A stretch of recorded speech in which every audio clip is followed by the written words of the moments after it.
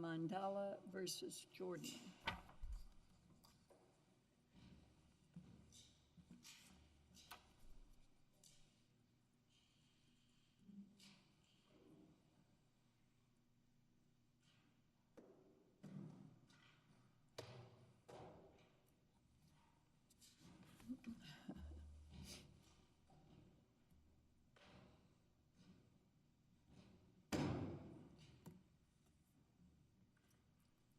Are you Mr. Khoshbin Yes. for the law firm? Munck Wilson. Yes. May it please the court. My client recognizes that this court is wary of turning ordinary contract disputes into RICO claims. But the unprecedented, never before seen erroneous and unsubstantiated charges that are involved in this case are in furtherance of the scheme that's been alleged. It's not the scheme itself. Both these... Describe for us what your view is of what is the enterprise here? The enterprise is essentially the group that is employed by or associated with, directly or indirectly, the Sooner enterprise, which namely what they do is they go in and together they target and purchase, finance, and then control various properties.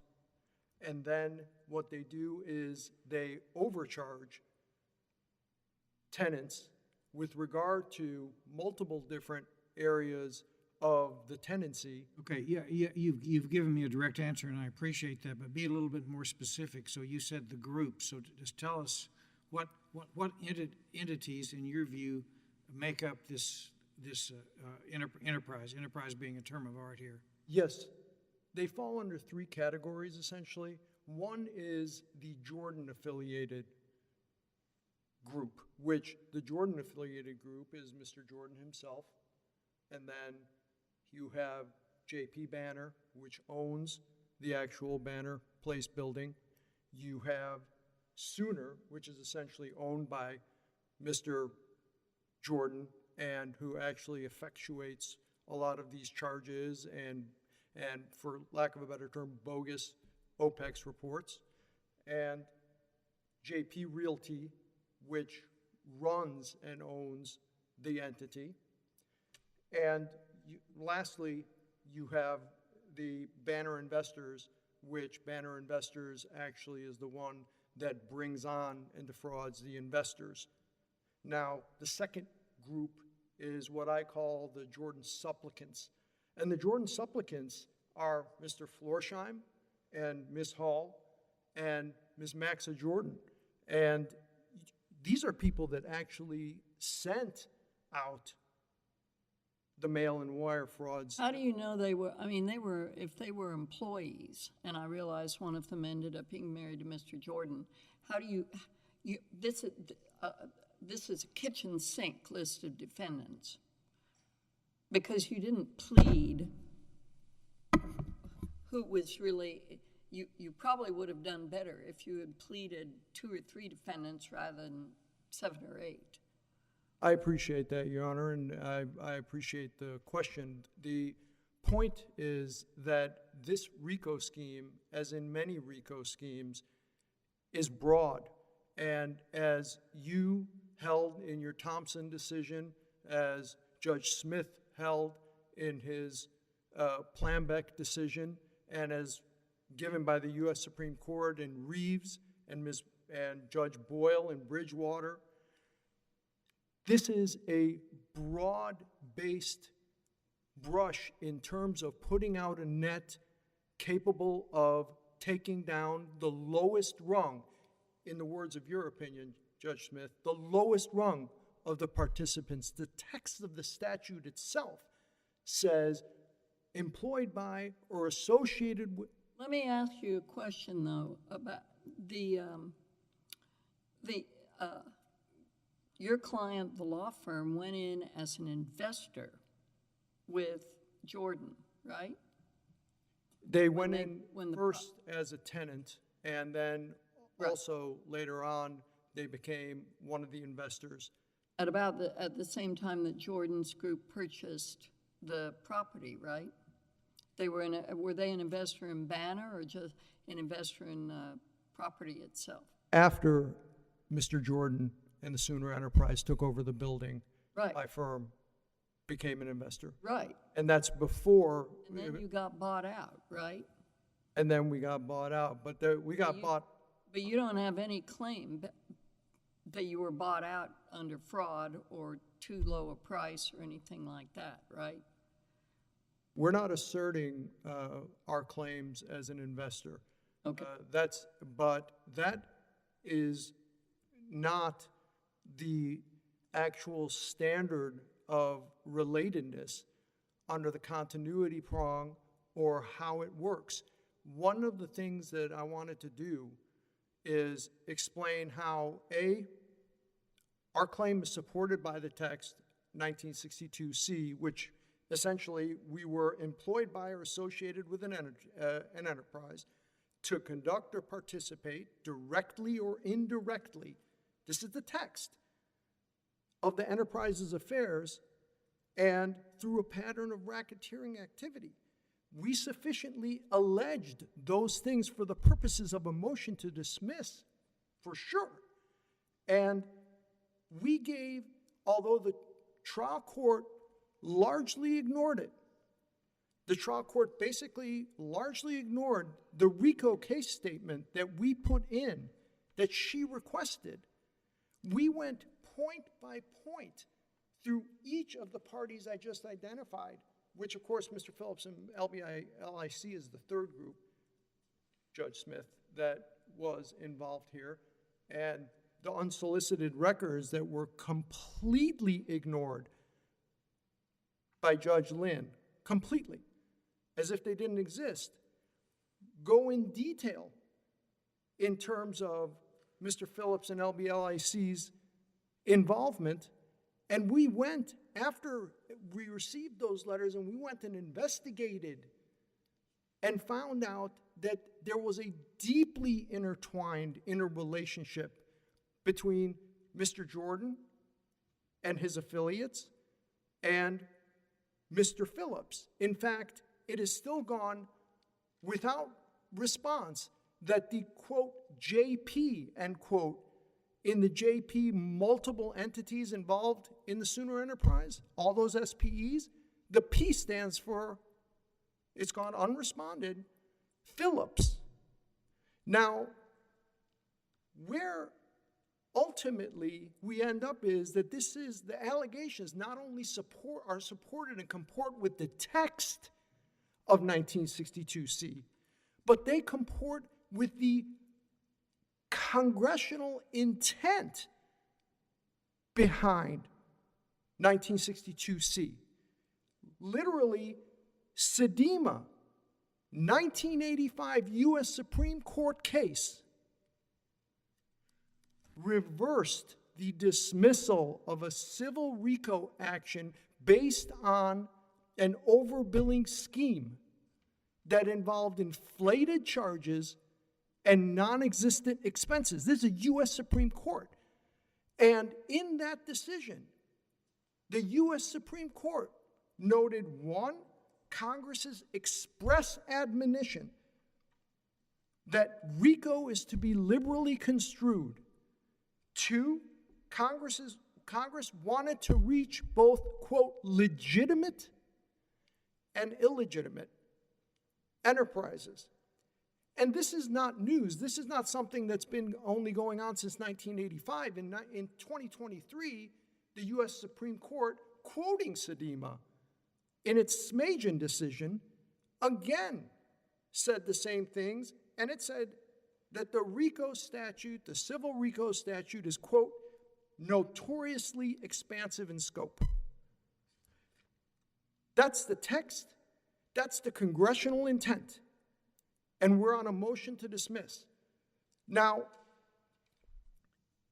Your Honors, I recognize that despite the fact that we're on motions to dismiss and that the trial court did not allow any discovery, immediately stayed discovery, that we have quite a record that was sent up to this court.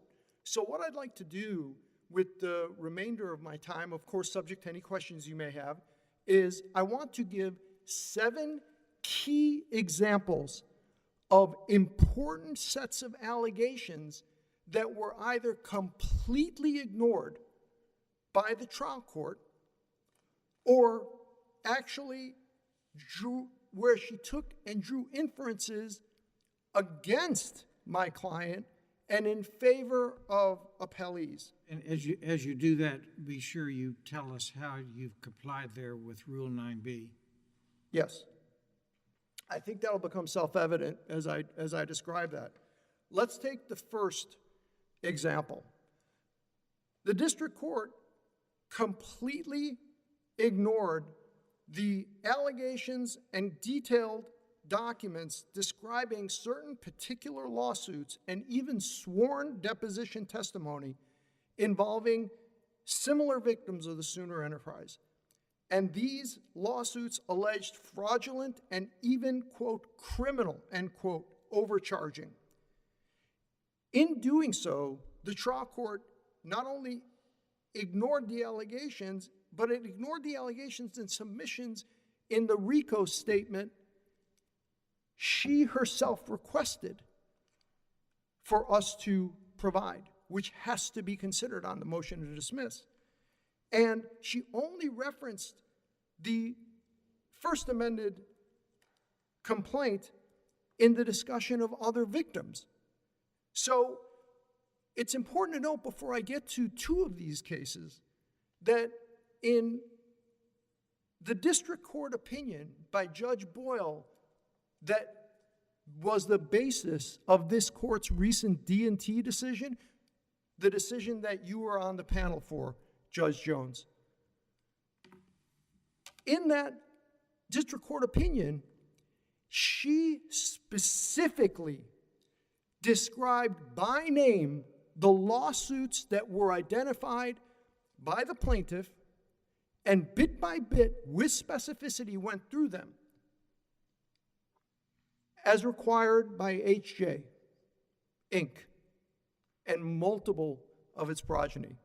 Now, with regard to that point, it's important for me to describe these. I'm only going to take 2 of the ones that are alleged that she ignored. They're relevant not only because they go to pattern and continuity, they also go to circumstantial evidence of the inference of intent and fraud. We've cited multiple cases in this regard. So let's, with that as a backdrop, take the first case. First case that she completely ignored was National Bankruptcy Services. National Bankruptcy Services was a case where MBS sued one of the JP entities and subpoenaed Sooner. Why? Because it was suing them for overcharges for HVAC, janitorial services, salaries, management fees, lease charges, gross-ups of expenses, and inflated shares of lease space. If that sounds familiar, that's because that's what we were suing for. The lawsuit alleged many, I'm quoting, many unlawful accounting practices, ROA 2999 to 2100. The district court ignored altogether those very specific allegations, which, by the way, in your opinion in Abrams, Judge Jones, they don't have to have, for continuity purposes, a heightened standard of pleading. But ignoring that for the moment. Are these cases that you're saying, my opinion, Judge Jones, are they in your brief? Yes. Okay. Well, then you're not. Okay. I'll take your word for it. Yeah. Abrams is cited in the brief. Okay. Yes. Abrams is not the plaintiff, because I was looking. No. I apologize, and my error if I meant what I was citing to is the case. Okay. The basis for your statement in the case that you don't need that. And Abrams is is the case in which you wrote the opinion. Okay. I apologize for that, Your Honor. But the point is, the district court completely ignored these well-pled facts to say, we failed to plead any history of a similar fraudulent conduct. You know, I'll give you that point. But the court, what was most telling to me, and I guess your time's about up so you can address it on rebuttal, is the allegation that they didn't really lie about any of this for purposes of wire fraud. In other words, they overcharged you, and then each time you got your auditors in there and proved there were overcharges, and they kept the money. And so that has, I thought that those are the predicate acts, right, that lead to the RICO charge. So I might as well take it on, and you if could you take have it. a real quick You could, answer, yeah. fine, but I don't want to otherwise rebuttal. The predicate acts do not have to have a falsehood in them themselves. They just need to be in furtherance of the scheme. And that is what happened here.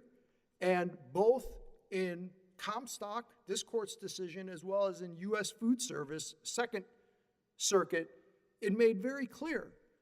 In both of those cases, there were audits before the RICO claims that survived were affirmed and moved forward in both of those cases. And the reason is because a contract can...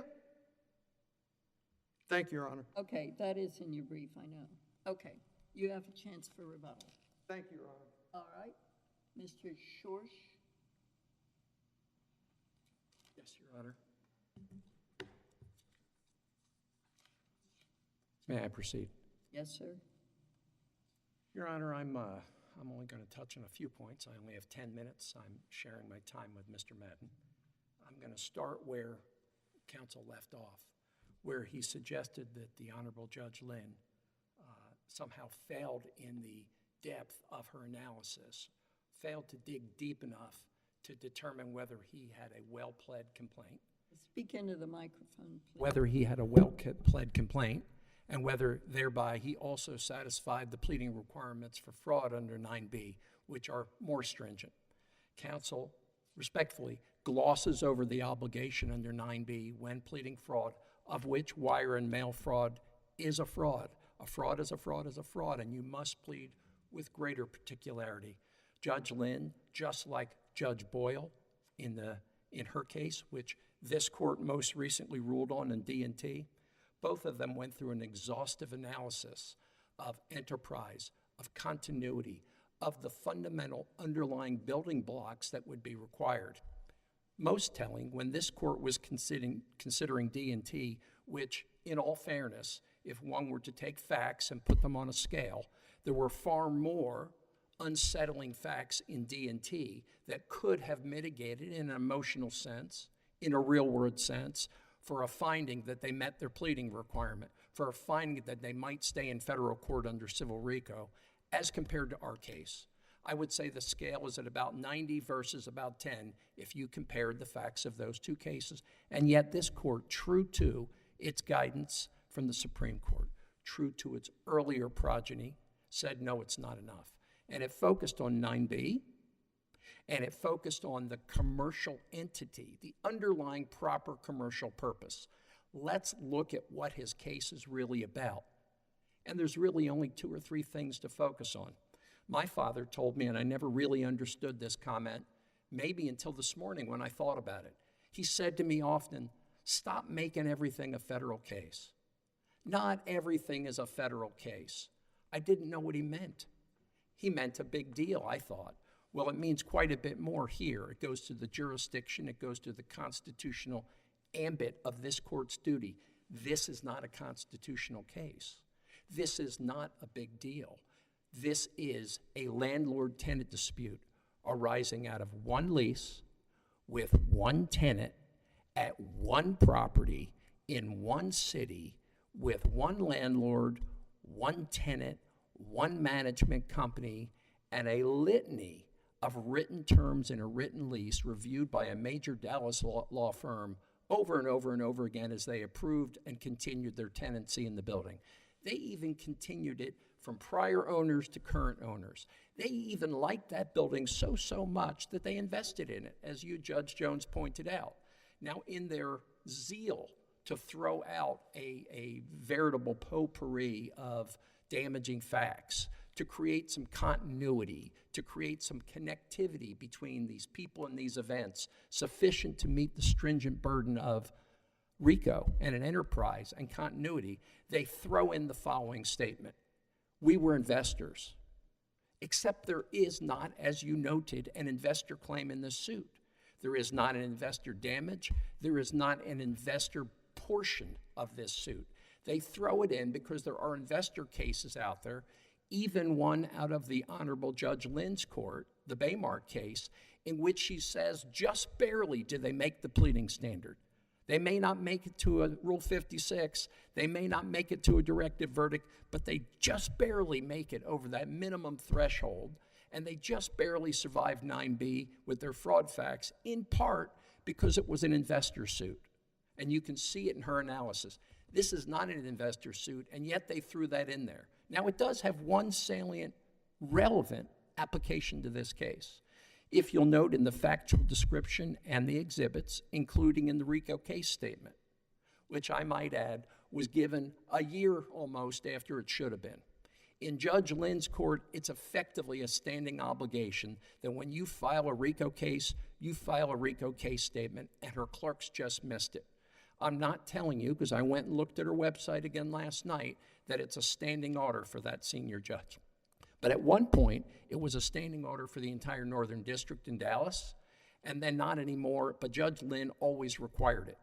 In your D&T case, you noted in the record, and I believe it was you, Judge Jones, that there was no RICO case statement, which would have allowed the court to evaluate with greater clarity the building blocks, all the atoms that led to the creation of that one being that was that one transaction, or a multitude of transactions. So Mr. Khoshbin, if I understood him correctly, represented that the complaint includes details of similar victims in other transactions. I guess he was using that to show a pattern of racketeering activity.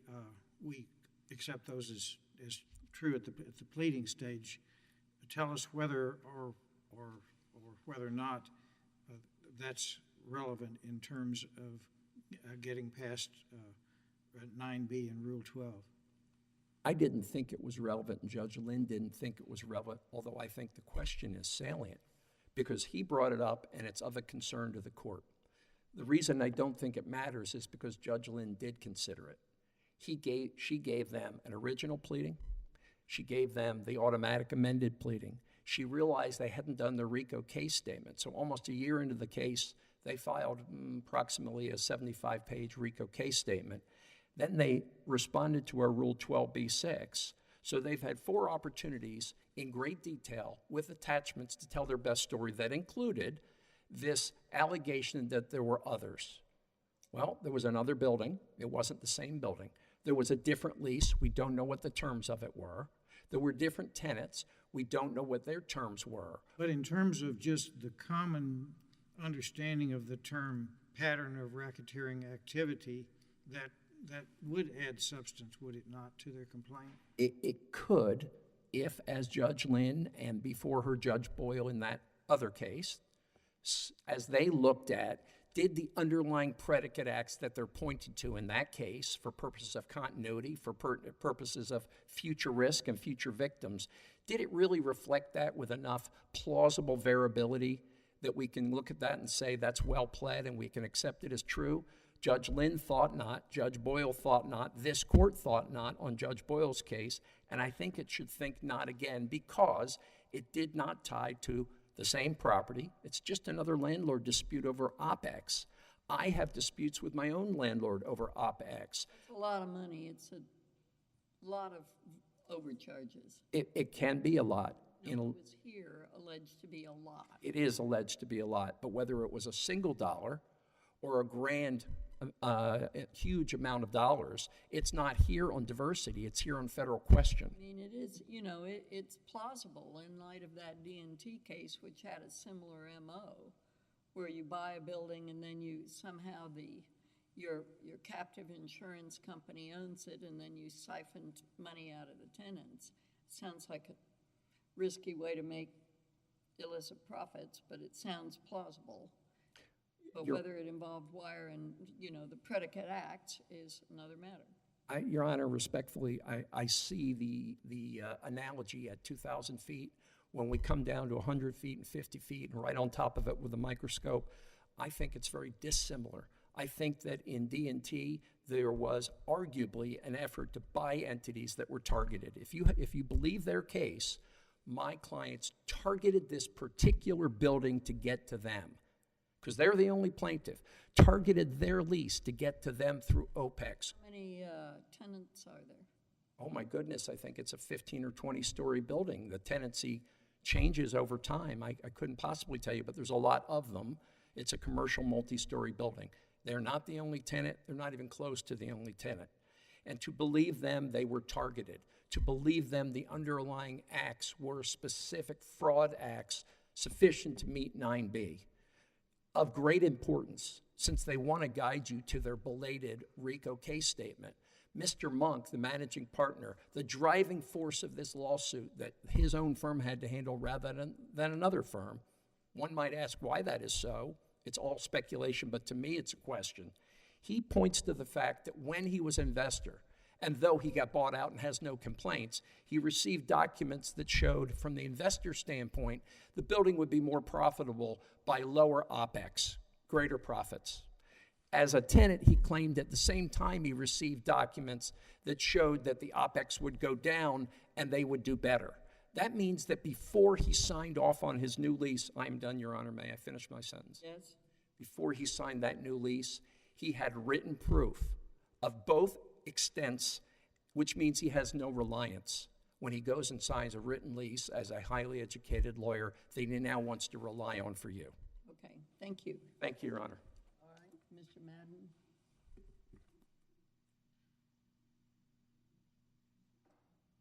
Thank you, Your Honor. May it please the court? Well, two of the parties that I represent are the after-added defendants, Brad Phillips and Liberty Bankers Life Insurance Company. The appellant urges you to consider the case management statement, and Judge Smith, I want to do that under the guise of your first question about enterprise and also allegations that arise to the particularity requirements of 9B as it relates to Liberty and Brad Phillips. And the context is they were not parties to the original complaint. The case management statement shows that after the original complaint was filed and before the first motion to dismiss, which raised as its biggest issue lack of an enterprise between Mark and his employees, magically, Liberty was added to the amended complaint, but it was after the case management statement reflected they sent my clients a letter saying, we have fully investigated you folks and we don't allege any impropriety. In that context, Judge Lynn found that the mere naked statement that Liberty and Phillips was aware of, participated in, and aided and benefited from OPEX expenses at a building in 17, 18, and 19 that they weren't even a lender on until 2020 did not meet the 9B standards, and that Liberty and Brad Phillips should be dismissed for RICO claims. If Liberty and Brad Smith are dismissed, and Brad Phillips, Justice Smith, are dismissed of their RICO claims, there is no enterprise. It's Jordan et al. Now, with respect, Judge Jones, to the NBS litigation, again, as it relates importantly to Liberty and Brad Phillips, That litigation was what this case should have been filed as, a state court breach of contract claim. There was no allegation of fraud. The allegation was overcharging and breaching the contract. But importantly, Liberty was not alleged a party to that litigation, was not a lender in that building, and was not allegedly involved or knew about or relied upon in any way, shape, or form that prong of it. Liberty ought not to have been added as a party. When pushed, and I didn't hear any of this in the argument, I heard a lot about NBS, but I didn't hear anything about how is it then that Liberty engaged in a predicate act or was involved in this plan or scheme or benefited from it. It's letters saying in 22, before the lawsuit was filed, where Liberty was trying to facilitate a settlement between its borrower, a landlord in a building which the asset was the security for the loan with the biggest tenant. There was in excess of 50 tenants throughout this period, Your Honor, additional other than Munck. But that they would have the temerity to try to facilitate a settlement agreement. Now, if this court enters a ruling that that set of circumstances plausibly pleads a RICO claim, imagine the chilling effect on getting any of these business disputes resolved. No lender's ever going to stay away from it from a 1,000-foot pole. So, with respect to the Liberty aspect of this, the court's determination on a motion to dismiss with prejudice was correct, and the appellants don't seriously argue otherwise. So with my remaining time, I want to go back to the first issue, the primary issue before DT, because again, this court's opinion in DT had not been issued at the time that the district court spoke on this. Judge Lynn focused on racketeering activity. And again, if you listen,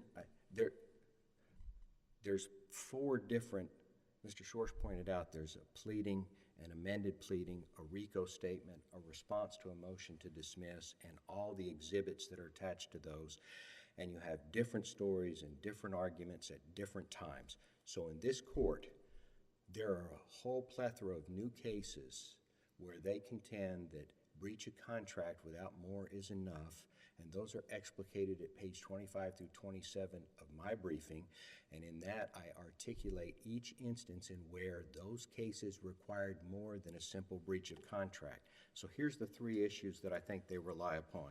They want this court to rule that there was an allegation, a plausible allegation of RICO activity. This court's got to find that they agree with them that at this preliminary stage, their characterization of the exhibits, their audit reports, that NBS lawsuit, even though it doesn't say what they say it says, is the ones that are attached both to the amended complaint and the RICO case statement, that their characterization controls and raises a fact question.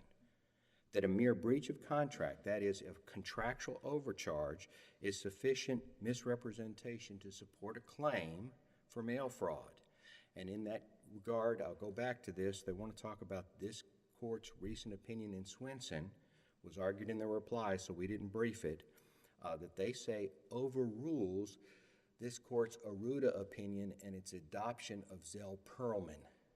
I don't think it does. And then third, in the alternative, they say, okay, even if you need the more, that in determining whether there is a fraudulent concealment, which is what they primarily rely upon, that the district court should have ignored their exercise of the audit rights, all of the underlying information, documents, invoices that their auditors were given to review, and the lack of their auditors' findings of any of their conclusory fraud allegations.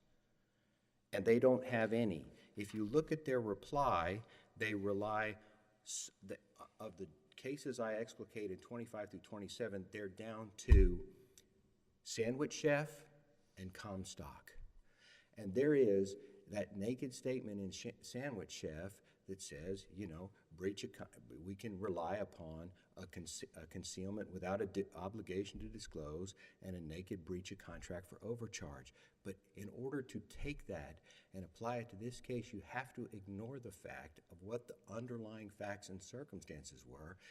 And the overcharge in the invoice determined in that case was you're billing for unapproved, state-regulated, unapproved fees and services and calling them taxes or state charges.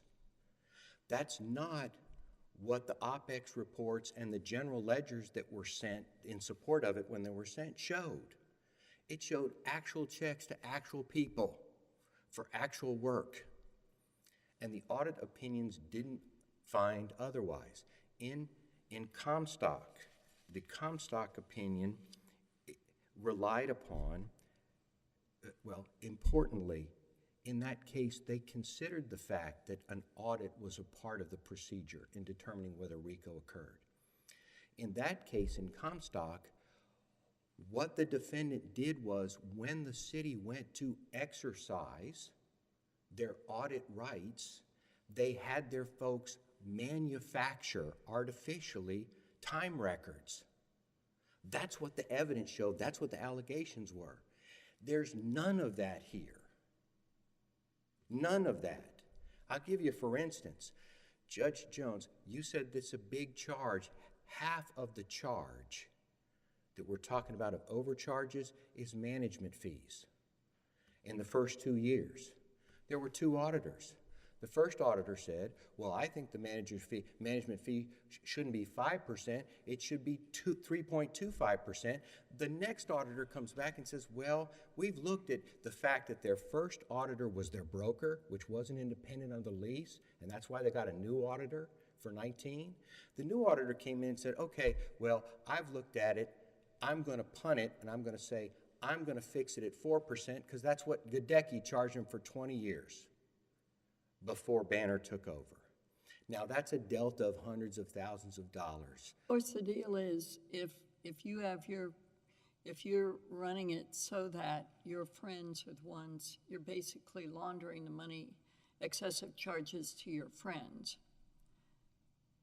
and they're not doing anything.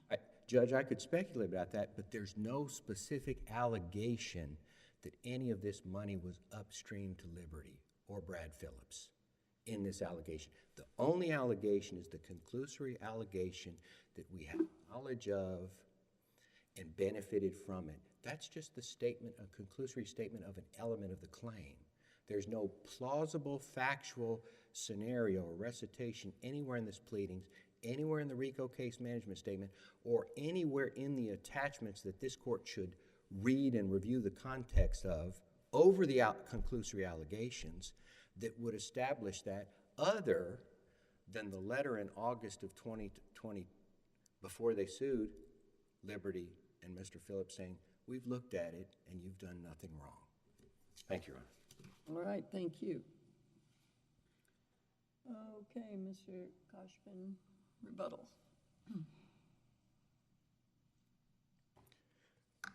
Your Honors, I want to quickly make some points in reply. I'm not going to re-go over what I've said before.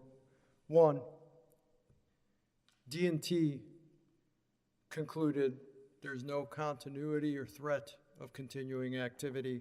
Here, we have both.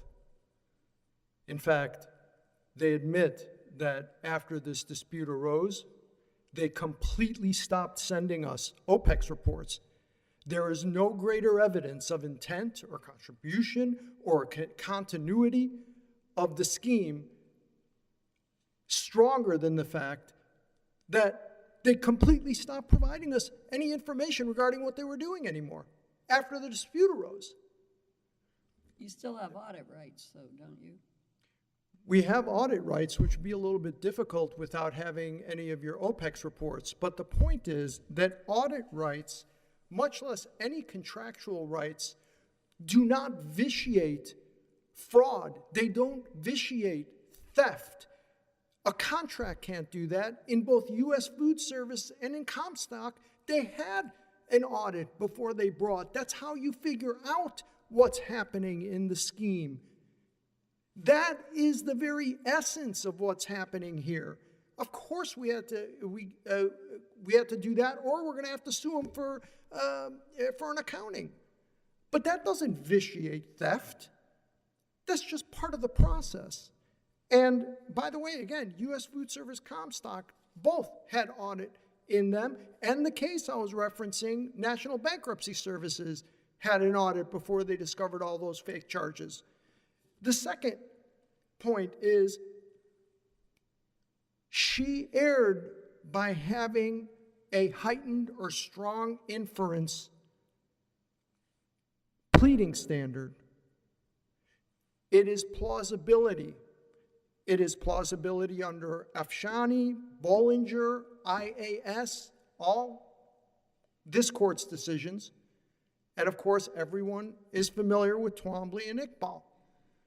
Strong inference comes from the PLSRA, securities cases. And by the way, under the PLSRA, there is a specific section that deals with scienter that requires a strong inference. That's not in the RICO statute. Moving on to the fact that we didn't get to go to the next case that was completely ignored by the district court, Ray closing. It's all over our RICO case statement, and it's something that is attached with sworn deposition testimony. Excuse me, Your Honor.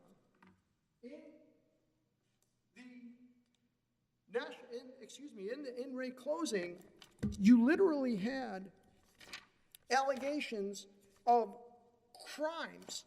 You had the CEO, Scott Everett, testifying that the conduct involved fraudulent behavior. And he agreed in emails that are part of this record that Jordan and Sooner's financials were, quote, criminal, end quote. Sarah Alford Norris, prior business partner of Mr. Jordan, swore under oath in that case, and it's part of the record, that Sooner overcharged for management salaries, that it duplicated pass-through expenses, it inflated pass-through expenses, and she swore under oath and called it, quote, seriously criminal. This was ignored. The attachments were ignored. And as this court, I'm sure, is well aware, a RICO statement, you don't force a plaintiff to spend the scores of hours to prepare something like that without having to consider it as part of motions to dismiss. The Beta case, multiple Northern District cases have held that. That's why you if it's requested, that's why you file it. Consider it. This is a motion to dismiss. It's not a motion for summary judgment. It is not trial. Your Honors, you don't need reliance. Judge Smith, you held that in Planbeck. Of course, it's not part of the statute. Judge Smith, you held that in Torres, and this court held it in St. Germain. You don't need reliance in the Fifth Circuit, much less in many, many other circuits. I'd like to end by... Make it quick. Yes, Your Honor. I'd like to end by saying this case is no ordinary garden variety breach of contract case. I urge this court to take a look at Sedema, Sandwich Chef, which Judge Smith, you called it classic fraud, inflated charges as being classic fraud. Comstock, Metals Northern District case, Cypress Northern District case, then other circuits. That's enough. Thank you, Your Honors. I appreciate the attention.